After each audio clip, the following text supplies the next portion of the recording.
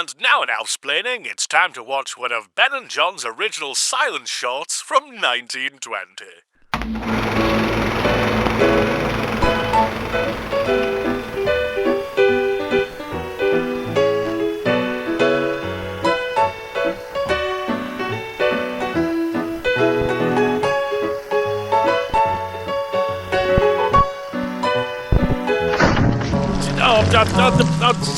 Get a fire extinguisher, quick! It's burning! It's burning! Oh, I'm alive. Blimey. Well, there goes my plan for an easy week off of Alfsplaining, the episode-by-episode look back at the 80s sitcom Alf with me, Ben Baker. And me, John Matthews. And it is literally, round here, like the episode title, like an old-time movie. Yeah. What would you consider an old-time movie? Short Circuit 2? That's quite old now. Well, yeah. Legitimately, I'd consider an old-time movie anything from before I was born. That's my cut-off point for what's old and what's new. But, you know, we are living in the year of... Hang on, check me watch. 2026. So basically anything older than 2006 is an old film as far as I'm concerned. It is. So I think classic status should heaped upon all those things that are just piled up in CX for 50 pence. I will not rest until Sharknado 3 has the Criterion Collection Blu-ray. Is that the best one, 3? Let's say yes. I think Jedward might be in that one.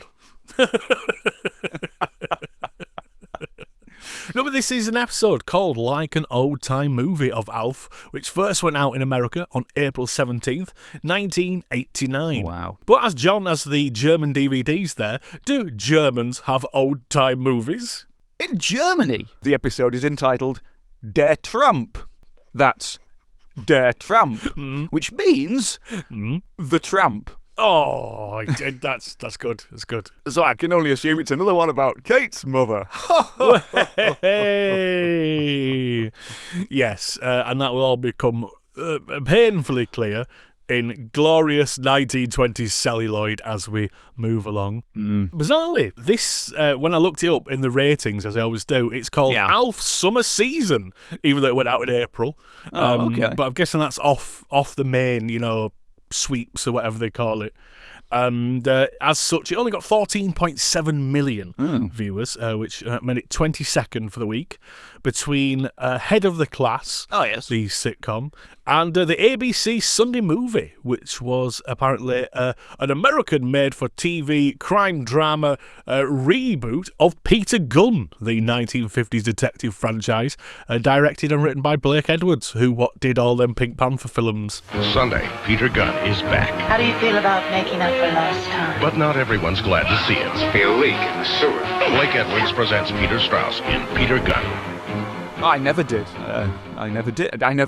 And the series didn't, because I don't think it went any further than that film. So, this is a few names we've seen before, the directing and the writing, with Nick Havinger on directing circumstances, if you will. Sorry, I get distracted, because the writer's Nelson Costello, one of my favourite names in any media at all. You can only really write it down in caps, can't you? Nelson Costello. Yes, absolutely, with an exclamation mark at the end. Yeah, for emphasis, as they say, as for Sarson's vinegar. But he wrote the Alf on trial for breaking the Ockman window episode in season 2, which was a good one. Yeah, it was. I like your description there of it. It was very. It's almost like we don't need to spend 40 minutes talking about these when you can just boil it down to its base essentials. Yeah, if you remember, Alf went on trial for breaking the Ockman window. Fill in the gaps. See you next week. Alf. Weirdly, the production code on this, which I know, when I start a sentence or something like that, it's not gonna go anywhere fun. But it basically tells you sort of whereabouts it was made in the season, and the production code for this is 3003. Now, when you think that the first episode is 3001, this means that this was recorded way back at the start of the series, probably in like August or September of 1988, and it's quite noticeable that Anne Dean is very not pregnant. Oh, yes. They're not even alluding to that. It's literally been dropped in later on, and I think that might be something to do with the fact that, again, it's off-season almost in terms of ratings. Because it's a high-concept episode, and I think they probably lost confidence in it. Well, I don't know. Did they keep it back to break up the Anne Dean being pregnant episodes, or was there a lot of post-production involved, or was it just they didn't like it? Monday, Alf's rewriting the classics. Would you believe Alf of Arabia? I love that theme. How about The Little Tramp? It'll be a smash. And on Nearly Departed, our ghostly couple gets a ghastly assignment Babysitting. and a hot lesson in sex ed. What? They've got a big test coming up in sweating and drooling. Nearly Departed following Alf Monday. So many questions, and we will attempt to answer them as we dig through this unusual episode of Alf. And you know, I keep saying, particularly in this season, you know, the cold opens, they always used to start with Alf doing something chaotic and wild. Oh, yeah, And yeah. now they all just seem to gently fade in on him reading. As he is here, as Willie races the family around as they're all getting ready for a wedding. Whose wedding are they going to? Because as far as I can tell, they don't have any friends. Nope. They don't say who's this. Is it Jodie? Is it Dr. Dykstra? Is it Gravel Gus or Flaky Pete? Is it Kate's boss? We simply don't know. All these people who've come around for like one episode of that. Oh. All great memories. As is Alf wrapping up the family Tupperware to give us a gift, but mostly so we can get them filled with delicious buffet food. I love that. We have a bit of wacky Melmac at the start because Alf goes, "Oh, Brian will have a better chance of catching the bridal squid if he takes his baseball mitt," which I enjoyed. Lynn goes, "We don't throw marine life at weddings." Alf goes, "Then why get married?" But then Lynn punctuates the joke by going, good point. Whereas Willie would have looked at that in a huff and stomped off. Lynn's actually getting involved with Alf's banter now and sort of, helping out. We've been on the gags. Yeah. And it's interesting because, again, it was just like chaotic Alf, current Alf, they would never have left Alf alone in the house as they're about to do for this episode, and something which was basically thought impossible in prior seasons. He makes a joke about it, does Alf, doesn't he, saying, "Oh, I've got Brian's chemistry set and Willie's Matchbox collection." Yeah. And I mean, in fairness, Willie doesn't go, "Oh no, we can't go," or anything like that when Alf says that, because he realises finally after 3.5 seasons he's joking. Yeah. But he's also got a plan to keep Alf entertained, which is that Willie has rented some videos. And sadly, for the era, it's not Ghoulies or Electric Blue 6. Or even Ishtar. In the absence of anything better, I had to make that my pop culture reference of the week. I thought. Because, again, it's very much what we expected pop culture references of the week to be when we started this podcast back in 1912. Ishtar, I mean, everybody knows Ishtar. It's a massive box office flop, but there are a few interesting things about it. It's a film about two terrible lounge singers to get booked to play a gig in a Moroccan hotel, but somehow become pawns in an international power play between the CIA, the Emir of Ishtar, and rebels trying to overthrow his regime. You all know it. It's Warren Beatty and Dustin Hoffman. From the streets of Manhattan I don't understand what we did wrong. I think it'd be a good idea to change routine if they boo. to the sands of the Sahara, You understand English? Yes. from the darkest corners of the Kasbah These men may control the fate of the Middle East. It's amazing, isn't it? to the cabarets of Casablanca. Dustin Hoffman, Warren Beatty, Ishtar. This is some of our best work. Rated PG-13. Advanced previews Saturday night in select cities. But there's a couple of interesting facts about it, one of which it was only the fourth film in history to cost more than $50 million. Do you know what the first three were? I'm going to assume Short Circuit 2, and I cannot think of any third film. Well, I'll give you a clue. The first one was Superman. Superman. Was it Superman 1, 2 and 3? So no, you got half it right. The second one was Superman 2, and the third film in history to cost more than $50 million was The Cotton Club, 1984. Oh, yes. Which, again, another famous sort of disaster, but A change in studio management at Columbia Pictures during post-production of Ishtar led to professional and personal difficulties that undermined the film's release. And although it had an overwhelmingly negative reception when released, it underwent 3 successful screenings with preview audiences. Beatty Dustin Hoffman and Charles Grodin have all defended the film's quality in subsequent years, blaming its bad reputation on reports of production and budgetary problems which had been leaked to the press by studio head David Putnam, who disliked Beatty. So Putnam's reign there was notoriously bad and short-lived. The film's reception was so awful it helped coin a new Hollywood term in relation to writer and director Elaine May, movie jail. Someone whose perceived failure as a director was so profound they would not be allowed to helm a movie again. And the final interesting fact was that the film's animal trainer went looking for a blue-eyed camel in the Marrakesh market and found one he considered perfect. He chose not to buy it right away, expecting he could find others, and use that knowledge to bargain with the first trader for a better price. He did not realise that blue-eyed camels were rare and could not find another camel good enough. He returned to the first trader, who had since eaten the camel. Oh, God. Cultural differences there.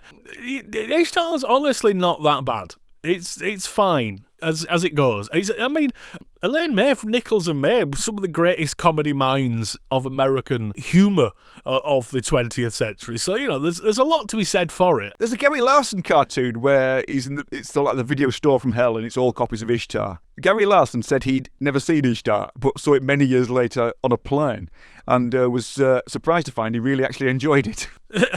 It did just become a shorthand for flop. Basically, yeah, and I don't know, what would that be now? Sort of Cats, maybe? Is that what... Oh yeah, but Cats really was bad. It was John Carter from Mars for a while, and basically anything with Eddie Murphy that wasn't Shrek in the 2000s.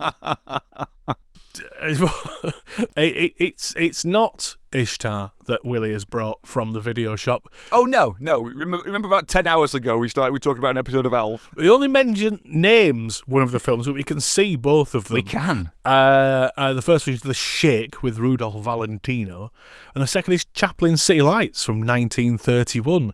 It's weird that they don't name it because the entire episode is basically a rip-off of it.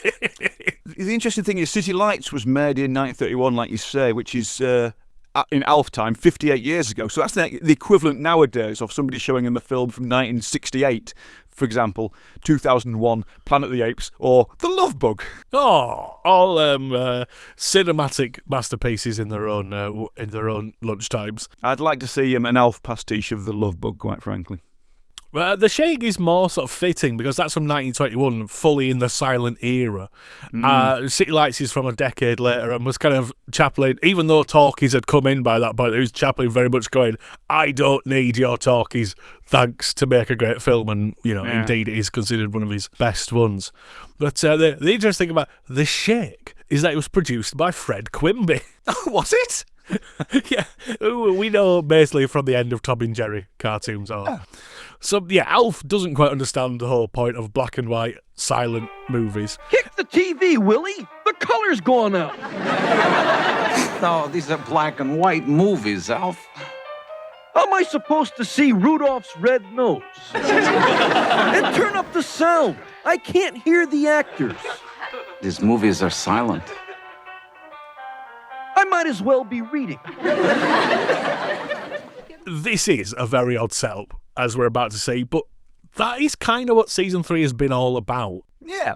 It seems like one that they've written for the cast to be in it less, but actually, not so much true. As post-credits, Willie rings from a public phone, apparently in an airport, with like all these people in suits just like shouting loudly around him. It's like, it looks like no wedding that I've ever seen. I wondered if they'd put that scene in just so they could cut it for syndication, because it made no sense.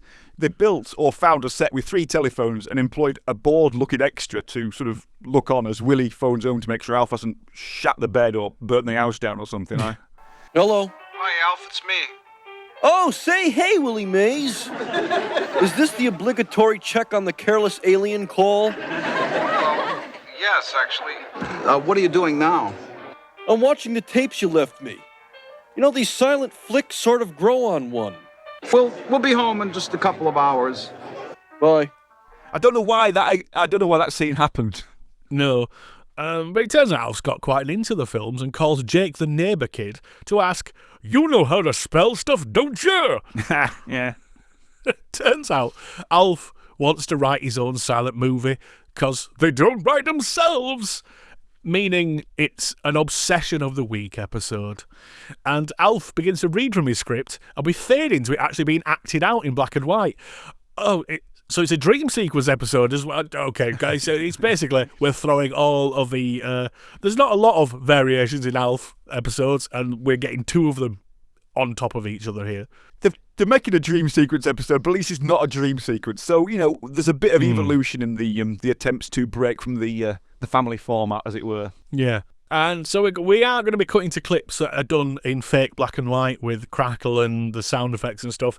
And as such, there won't be a lot of clips of the show in this episode because all the best gags are visual. And there will be lots of those on the socials, so go to Alfsplaining to see those. We think it's going to start with the Valentino thing as the old-timey Alf walks in to see his harem. I did wonder at this point whether it was wise for Alf to invite next door's 14-year-old over to help him write his fanfic about his Muslim concubines. Alf says, "Every sheik has his harem. It's considered chic." Yeah. I wondered whether they're pronouncing shake chic, because I was also under the impression it was shake as in shake your booty. But I don't know if it was just to make that joke. Yeah. So Jake is basically there as a kind of buffer for this episode, so Alf isn't on his own, and says he sees Alf more as a funny Chaplin sort of comic. And so we cut to another black and white scene, and it's of Alf stood upright in a suit and bow tie, which is quite a nice look. I love that. With a sign saying, "Help the homeless poor." Begging. He's basically begging under a no begging sign. Yeah, it's the Tramp. This is the Tramp of the German title. Der Tramp. Sorry, were you saying der in a sort of derogatory way? I can't. Der Tramp. Yes, I was. Yeah, okay. Again, so all the best jokes here are in sort of old-timey captions, like one who someone offers to give him $10 for electrolysis. But Willie, who's playing a cop, comes over to kick his teeth in. Yeah, he twats him over the head with an aubergine. Yeah. No, it's a truncheon. And Willie's wardrobe in this one is that old style kind of whatever, the cops always used to arrest Laurel and Hardy for their many crimes. He's got that kind of look, and it's a good look on him. It suits him. Yep, he looks convincing. There are some cracking chalkboard gags here, all entirely wasted in an audio format. Alf's got the chalkboard hanging around him saying, "Help the homeless poor." Willie, the policeman, comes over, turns it around so it says "closed." Willie leaves. Alf turns the chalkboard around again, except now it says "grand reopening." It's very, very funny. I'm sure you agree. Nothing better than describing jokes. So far, so good. I'm liking this so far. Yeah, so where's this going to go? Well, we're going to cut back and forth to the real world, so to speak, and Alf is enjoying his work, but he wants Jake to take over typing as he's got 25% more fingers. Which, yeah. The next scene is a straight-up City Lights rip-off with Andrea Elson playing the blind flower girl and Brian as the crippled shoeshine boy. And I love that Alf has a suitcase with meagre possessions painted on it. I wonder if it was a reference to Ray Meagher, who played Alf Stewart in Home and Away. Oh my lord. His surname is pronounced Ma, it turns out. Is it? Yeah, apparently. I never knew that. No, me neither. Well, there you go. That is just one of the many people who come up when you're looking for Alf things on the internet. I enjoyed in this bit how Brian is still a terrible actor, even when there's no sound. It's got no words. I've never seen anybody bite a button and shake his head less convincingly. So the kids take Alf back to their widowed mother, who is Kate, and because it's Alf's story, welcomes him with open arms. And I like that Alf immediately says, "Nice place, when do we eat?" Which, it's classic catchphrase. It was first episode, I don't know. It was certainly the promo material, wasn't it? The toy you've got, the wisecracking Alf, does that say it? Is that... No, it doesn't. But I think it was part of all the promo campaigns before the first episode went out, wasn't it? It was like Nice Planet, when do we eat, effectively, wasn't it, on that one, yeah. So, yeah, it's good. And Kate, who, let's be quite clear, looks quite hot in her widow's rags. You've got to say, I can understand why Officer Willie got her pregnant. She serves up a shoe in good old comedy bit fashion, which Jake points out is blatantly stolen from Chaplin. And Alf says, haven't you ever heard of the old saying, imitation is a serious form of plagiarism? Which, again, is more a thing that you'd put on like an Alf door sign or something like that, rather than a joke in a sitcom. It's the sort of thing people who don't really understand Alf's voice does. We've had a few good Jake nicknames this episode so far. We've had Jake Anaut, Jake Tree, and at the moment, Jake Hammer. Yes, and later on we're going to get Jake in the Box. And it went Francis Ford Jakeler. That was it. Which is very important. So I like the little interplay between Jake, who is both trying to get himself written into the story, and Alf, who is the auteur of this piece. And Alf's desperately trying to write the end. He's desperately trying to get this film finished. Yeah. But Jake actually realises that there's a good story here, and it should be plotted correctly. It's like he's suddenly become the one who's got it's his passion project all of a sudden. Yes. So back in the black and white movie, the Aquanects turn up, and unlike their regular down-to-heel characters, they're posh society knobs. Yeah, I said knobs. And Trevor, in particular, has a wonderful comedy droopy tash, which really reminded me, the episode of The Simpsons where Homer's in Rent. I literally ate the scenery. He looks like that, proper old-timey villain. He actually does twirl his moustache at one point, if you want any... They're clearly having a ball, aren't they, as the actors? And, yeah, they are the owners of the house, and they're here for the rent and take it all, with Trevor clearly being up for I was going to say a hairy check. I'm not sure it's an acceptable thing to say. But if you understand what that means, I apologise. If you don't, let's just move on. But anyway, so they take the box with life savings carefully marked on it, which means no eye and leg operations for the young tanners. No. How is Alf going to write them out of this? Well, it turns out Jake says he'll help for a part in the film and the directing gig. And he basically has an idea, which is just, they'll make more money if they sell the same flower on a string in the black and white universe to make money, and then pull the string and the flower comes back and that. And you think it's going to be a big setup, but just Officer Willie comes up and goes, no, don't do that. So they go back to Kate's, where she's soon to be evicted when hair from one of Alf's giant hooves is spotted. And apparently... Raquel has the contract which says, if a non-human is found on the premises, the landlord can throw the family into the street. Ha, ha, ha. And it is written there with ha, ha, ha as well. I did try and examine that legal document to see if it was real or not, and the resolution on the DVDs isn't quite as good as I hoped it would be. So hopefully we'll get the remastered ones at some point soon, and we'll be able to find out exactly what it says on this legal letter. But it did seem to be a real one, because there were references to alterations and subletting, so... not interesting, but, we do our due diligence. We do. And also doing his diligence is Officer Willie, who bursts into the scene and then immediately gets bashful. Or has wind. I'm not entirely sure. I wrote, finally atop Willie, he comes in his trousers upon seeing the fishwife Kate. Of course he comes in his trousers. He can't be going around with no trousers on. Oh, honestly. Willie looks at Kate once and he goes, ooh. Ooh, I could crush a grape. He does. Ooh, I could come in my policeman's uniform. That was one of Steve Francis's best ones. With ooh, I could come in my helmet. I'm sorry. I'm doing your bits, aren't I? How dare you? The scripts have been swapped. I am a clean family entertainer, thank you very much. I will not accept smut on this bastard programme. But yeah, he sees Alf under the table, but he does the right thing, which endears him to the widow Kate. And once again, all the good stuff here is visual, as Willie does the mime when he hears that Kate has a husband, and then yes, when finding out he's dead. All three of those I wrote as top Willies, so 3 top Willies. I wrote out top Willie, best bit of the entire show. Great stuff. And at that point, Alf considers his script complete. But Jake's like, no, we've got to wrap up all the stories. And at this point, I'm going, do we have to do that? No, I'm enjoying this, but it does seem to be oddly paced. It's come on, get to the next bit, and then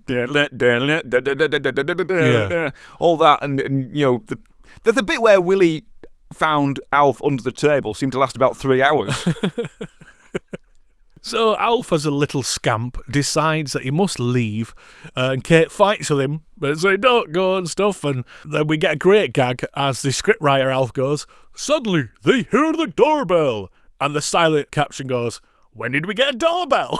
That was a good gag.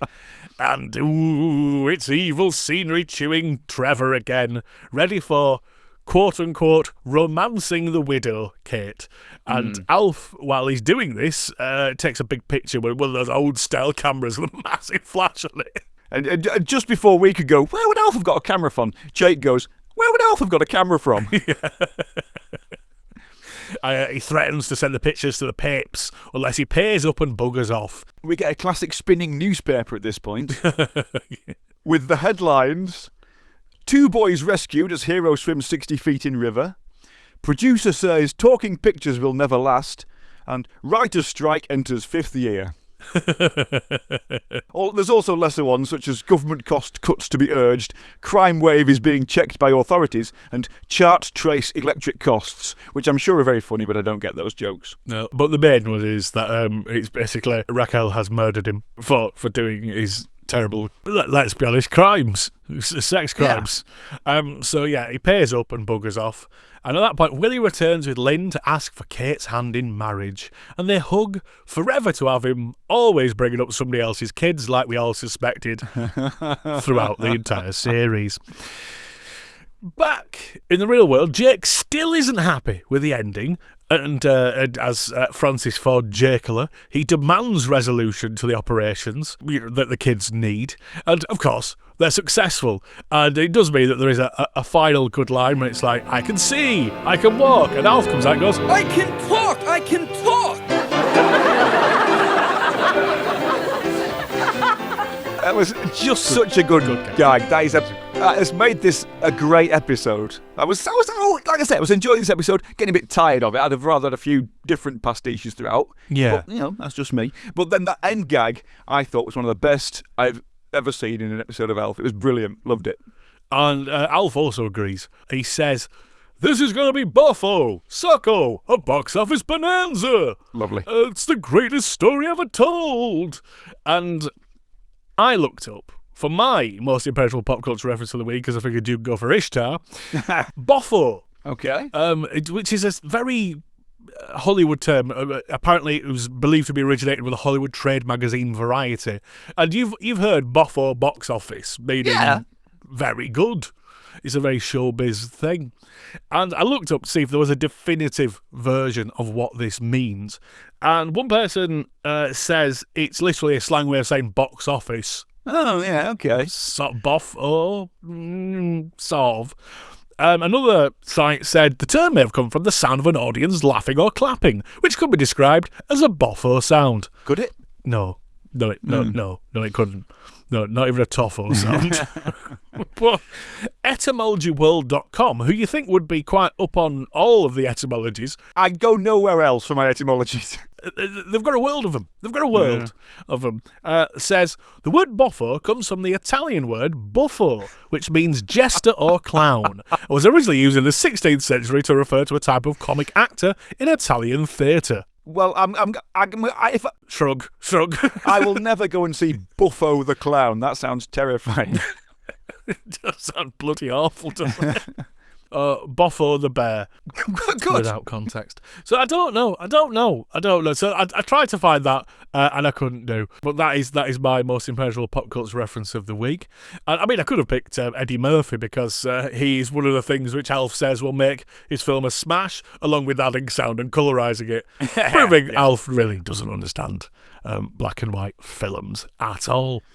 And that seems like it. That seems like the end. It's like, done the thing, but we do have a final tag on to this. So I'm like, what? We've got like 40 seconds left. What are they going to do here? And what they are going to do is have the family return home to find Alf has made his own Bedouin tent in the living room with a comedy tea towel on his head. It's good. It's good. It's a good visual bit. And he's got a chalkboard just like in the film. And when they come in and says, Alf, what have you done? It says, I'm not Alf, I'm the Sheik. And as he mimes talking, Lynn helpfully says, I get it. He's pretending to being a silent movie. And it's like, we know, love. We've just watched the episode. This is a great gag because then Alf predicts what Kate was going to say. On the turns the chalkboard around and says, "Sure thing, Kate," or whatever it is. Yeah. And the gag, again, is punctuated by Willie sort of going, "Oh, sure thing, Kate," and Alf going, "Oh, you're so predictable." A very good joke has sort of been ruined by the over-explanation of it. Yeah. And that's the end of the episode. All jokes and humour taking us to the end. They're saying that I didn't really laugh. There wasn't laugh out loud bits in this episode for me, and I was ready to hate it. But actually, I thought it was quite a clever way of doing one of these dream sequence episodes, wasn't it? Oh yeah, it's a bit more meat on the bone. That's our showbiz pals Mike Reese and Al Jean said. They need the dream sequence episodes just to add variety, so they're not always stuck in the house. And it was a very interesting way of doing it, and I suppose a way that the writers and actors could all indulge in their sort of cinematic fanboy sensibilities, as it were. You know, they all seem to have a ball doing it. They seem to enjoy it. Yeah, and when we were growing up, certainly there was a lot of pastiches of black and white films because they were still being shown on telly into sort of, I would say, like the mid-90s. You'd still get them on like BBC Two, 5:30 or something, or Pete Smith Specialities or whatever they were called, and all that sort of stuff. God, yeah. But no, it was even, for kids, it was just like Champion the Wonder Horse was still a considered must-see television for morning TV on BBC well throughout the 80s. Well, must-see is a strong term, but it was must-watch because there's nothing else on. And what I mean is the BBC put it on in the expectation that the kids of the 1980s would watch Champion the fucking Wonder Horse. Well, it did, presumably, because they kept showing it into the 90s, so God knows.